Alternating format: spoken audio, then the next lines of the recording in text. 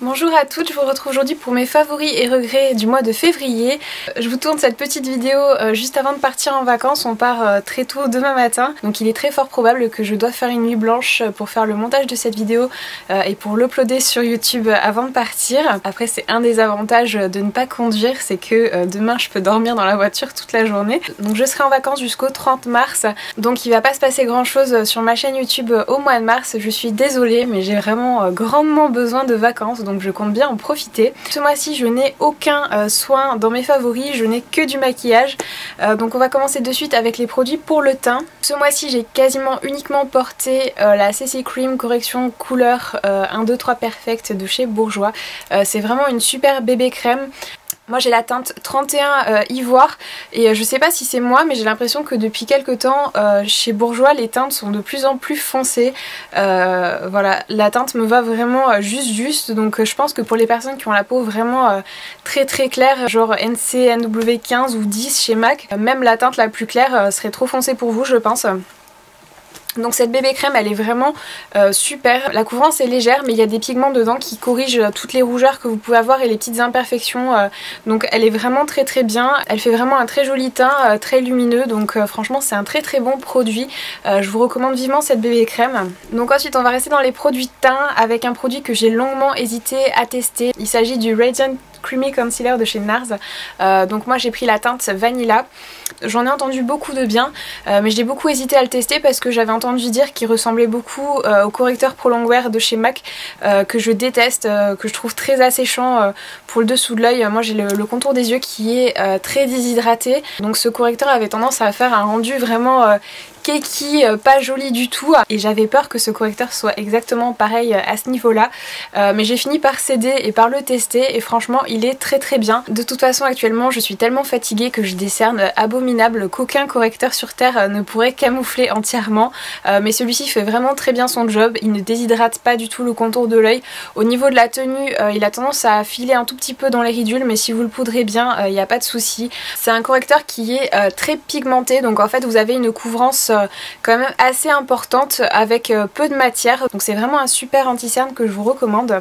Ensuite je vais vous parler de la poudre The Professional de chez Benefit qui est sortie il y a peu de temps. Donc c'est une poudre matifiante qui a un effet un peu lissant sur la peau. Alors première chose, le packaging, je vais vous montrer un peu comment ça marche. Donc vous avez un petit bouchon qui se dévisse en haut et vous avez donc des petits trous donc, par lesquels vous pouvez verser la poudre dans le capuchon. Et de l'autre côté vous avez donc un petit pinceau qui est comme ceci. Donc en fait vous versez la poudre dans le petit capuchon et avec le petit pinceau vous venez après appliquer votre poudre. Donc c'est un packaging que je trouve vraiment nul et pas du tout pratique, étant donné que le bouchon est tellement petit qu'on est obligé d'utiliser le pinceau qui est fourni avec. C'est un pinceau qui est pas forcément mauvais en soi, c'est un pinceau qui est petit et assez ferme, donc c'est pas possible d'appliquer votre poudre légèrement. De suite vous vous retrouvez avec 3 tonnes de poudre sur le visage et un effet cakey vraiment hideux, d'autant que cette poudre est quand même assez épaisse étant donné que c'est une poudre qui contient du silicone justement pour apporter ce côté lissant. Donc franchement cette poudre j'aurais peut-être pu l'apprécier si elle avait été dans un packaging différent, mais là c'est quand même une assez grosse déception pour moi, et cette poudre contient tellement de silicone que même en vous démaquillant très bien vous allez très vite vous retrouver avec des pores obstrués et des boutons partout sur le visage. Donc franchement voilà, pour moi c'est vraiment un flop cette poudre. Je sais pas, peut-être que certains d'entre vous l'ont apprécié, mais moi franchement si vous cherchez une bonne poudre matifiante je vous recommande vivement la Stay Matte de chez Rimmel qui reste selon moi la meilleure sur le marché. Ensuite comme vous le savez très certainement, étant donné que j'en ai parlé au moins 300 fois sur ma chaîne, j'adore le Baked Blush en teinte Pinktastic de chez ELF qui est un blush marbré mais qui est en fait très clair. Et c'est en fait un de mes highlighters préférés, il est complètement magnifique. Et j'ai sauté de joie quand j'ai vu qu'il venait de sortir une gamme d'highlighters sur le même concept. Donc j'en ai pris deux, j'ai pris le Moonlight Pearl et le Blush Gems. Donc le Moonlight Pearl il est comme ceci, donc c'est un genre de beige nacré qui est très joli également. Il est un petit peu moins lumineux que mon Pinktastic, donc je l'utilise les jours où je veux quelque chose d'un peu moins glowy. Et donc le deuxième, le Blush Gems, il est plus beige rosé on va dire, il est très joli également. Donc je pense que celui-ci c'est une teinte que je porterai plus l'été, mais il est vraiment très très beau aussi. Donc un gros coup de cœur pour ces highlighters qui sont pas chers du tout, je crois qu'ils sont à 4 € sur le site de LF. Donc franchement à ce prix là, pourquoi se priver, d'autant que c'est vraiment de super produits. Donc ensuite j'ai fait un gros craquage sur la collection Fantasy of Flower de chez MAC. Je vais vous montrer d'abord les deux produits pour le teint que j'ai pris. J'ai pris la Mineralize Skin Finish Perfect Topping qui est un highlighter vraiment très joli aussi. Vous allez me dire t'es obsédée par les highlighters en ce moment. Oui, j'ai l'impression que je suis un peu revenue dans ma crise highlighter, donc va falloir que je me calme. En règle générale j'aime pas du tout les blushs Mineralize chez MAC, mais là ils en ont sorti un qui est vraiment magnifique, il s'appelle Petal Power, qui est comme ceci. Donc c'est un rose corail avec des reflets dorés qui est juste somptueux. Je sais pas si vous allez voir, mais il est vraiment magnifique. C'est celui que je porte aujourd'hui. Je suis pas sûre que la caméra lui rendra justice, mais il est vraiment très très beau. Après c'est un blush qui est vraiment très très irisé, donc qui ne conviendra pas du tout aux personnes qui ont des pores dilatés ou bien aux peaux matures.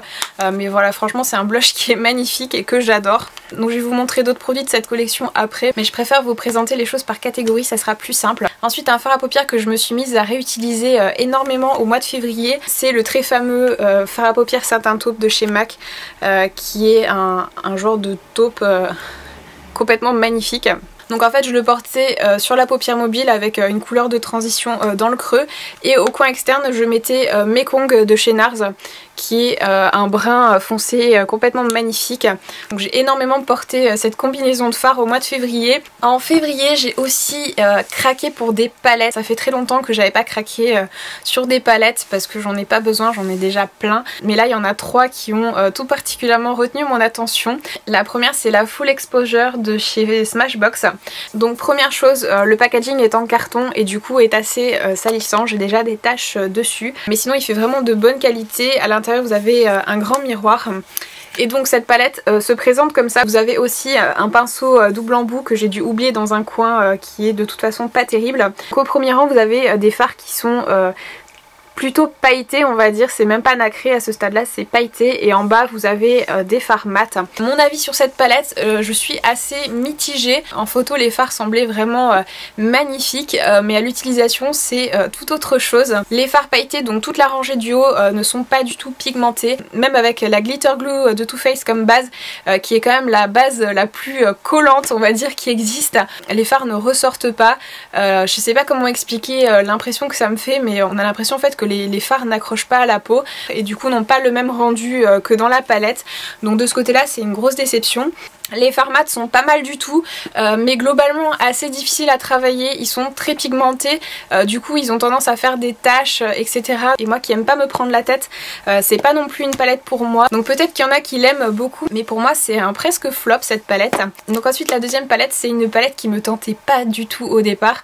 Quand j'ai vu les photos j'ai fait ouais bof, enfin je trouvais le concept on va dire sympa, mais je voyais pas l'intérêt pour moi d'acheter cette palette. Et en fait quand je l'ai vue en vrai j'ai fait waouh. Il s'agit de la très célèbre et introuvable Chocolate Bar de chez Too Faced. Donc je sais qu'il y en a beaucoup qui la cherchent et qui n'arrivent pas à la trouver. Moi j'ai eu un peu de chance, mais je pense qu'ils vont très bientôt la remettre en stock sur le site Sephora. Donc restez aux aguets. Donc cette palette se présente comme ça, donc elle est en forme de tablette de chocolat. Petite chose vraiment très bien, c'est une palette qui a une fermeture aimantée. Étant donné qu'elle est en métal, je m'attendais à une fermeture un peu comme les boîtes de crayons de couleur. Je sais pas si vous voyez ce que je veux dire, mais j'ai vraiment été agréablement surprise par le packaging.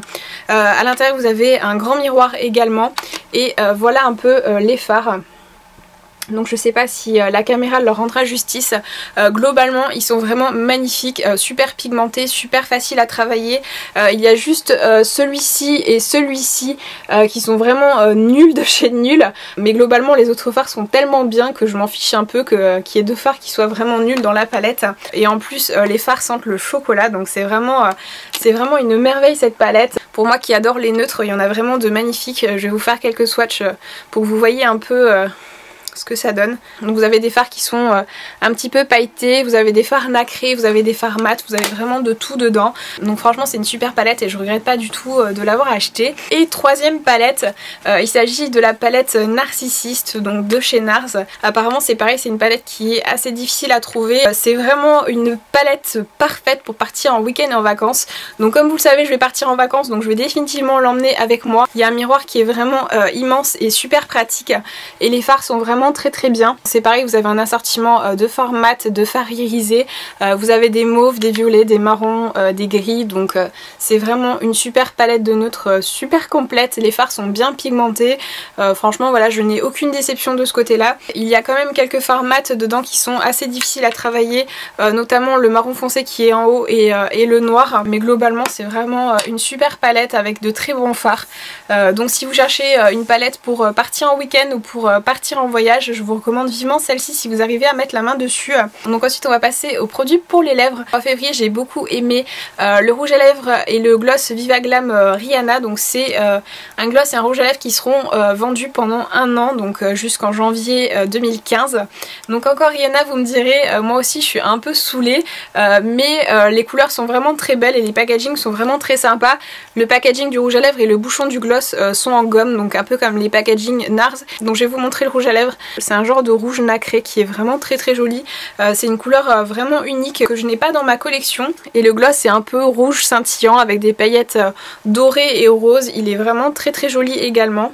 Donc le gloss est ici, donc franchement c'est vraiment de très belles couleurs et en plus les bénéfices sont reversés à une association caritative, donc ça permet de se faire plaisir tout en faisant une bonne action. Donc ensuite on va revenir à la collection Fantasy of Flower de chez MAC. J'ai également pris le gloss Star Quality qui est un très joli corail, franchement voilà, il est vraiment super beau ce gloss. Et j'ai pris également deux rouges à lèvres, donc le Dreaming Dahlia que je porte aujourd'hui, donc c'est un rouge à lèvres lustre, donc qui a un fini transparent, qui est comme ceci d'ailleurs, qui est divinement bien assorti à mon vernis à ongles. Donc le voilà, donc c'est vraiment une très jolie couleur, un corail vraiment très portable pour tous les jours. J'ai également pris le Flirt Coral qui est comme ceci, donc c'est un peu un pêche... un genre de pêche nude qui est vraiment très joli aussi, et le fait que ce soit un lustre également, qu'il ait un fini transparent, ça évite ce côté un peu pâteux qu'on peut avoir avec certains rouges à lèvres nude. Donc il est vraiment très joli ce rouge à lèvres. Et on va finir avec les vernis à ongles. J'ai eu un énorme coup de cœur pour le Fearless de chez Revlon, c'est celui que je porte aujourd'hui. C'est un genre de rouge coquelicot qui est vraiment magnifique. J'ai l'impression qu'il ressort pas de la bonne couleur à la caméra, il est un petit peu plus orange. C'est vraiment un rouge coquelicot. Je pense que c'est un vernis qui ne va pas quitter mes ongles pendant un bon moment. Et deuxième gros coup de cœur, c'est le Hey Baby de chez OPI. Donc c'est la collection Gwen Stefani.